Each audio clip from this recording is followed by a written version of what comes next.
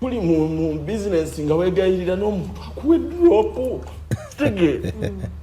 n'osaba omuntu drop n'ogimubanja emyaka. Just the other day gravity yatwogera konti obibi ovako ki kumalia fulo family yange ne kariya yange gye njagala ennyate gye nkoledde ebbanga eddene okitegeera esookusaanawo lwa bigambo by'abannamawuliremu neesaanawo mulimu abanjagaliza okunda nga siriiwo kitegeera ng'oliaga nka gravity akukiteeka vaawo okitegeera nga oli tamanyi ngeri gye ntobye nga tamanyi ngeri gye mbaddewo oli enaakulwanyisa nga talina nsonga.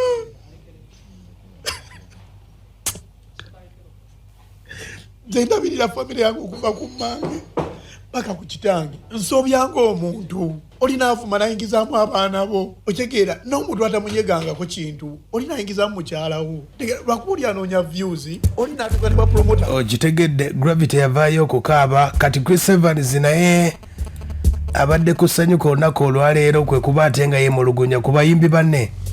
wadde ka drop konna okugamba nti Chris Evans alina ekivulu ku Freedom City fenna tugende Chris Evans kwe kukaaba. Nze byenjogerako bya ndongo business y'endongo najja mu ndongo ngamanyi nti tuli wamu okitegeera bw'osanga muyimbi muno naye omuntu tuli mu business nga wegayirira n'omuntu akuwe drop kitegeera n'osaba omuntu drop n'ogimubanja emyaka. Just the other day gravity yatwogera konti obibi ovako ki nze byenjogerako bya ndongo nesi y'endongo. Chris Evans nga 25 tuli ku Freedom City ku lw'omukaaga tuli ku Malia Fulo wadde bayimbi banne baganye okumuterayo drop naye omuwagizi wa Chris Evans agamba ojja omuwagire mu nteekateeka eyo. n'ogimubanja emyaka. Just the other day gravity yatwogera konti obibi ovako ki aya basi gunaaba muzze bwe guti abayimbi banaakola oba bali mu ttukungula.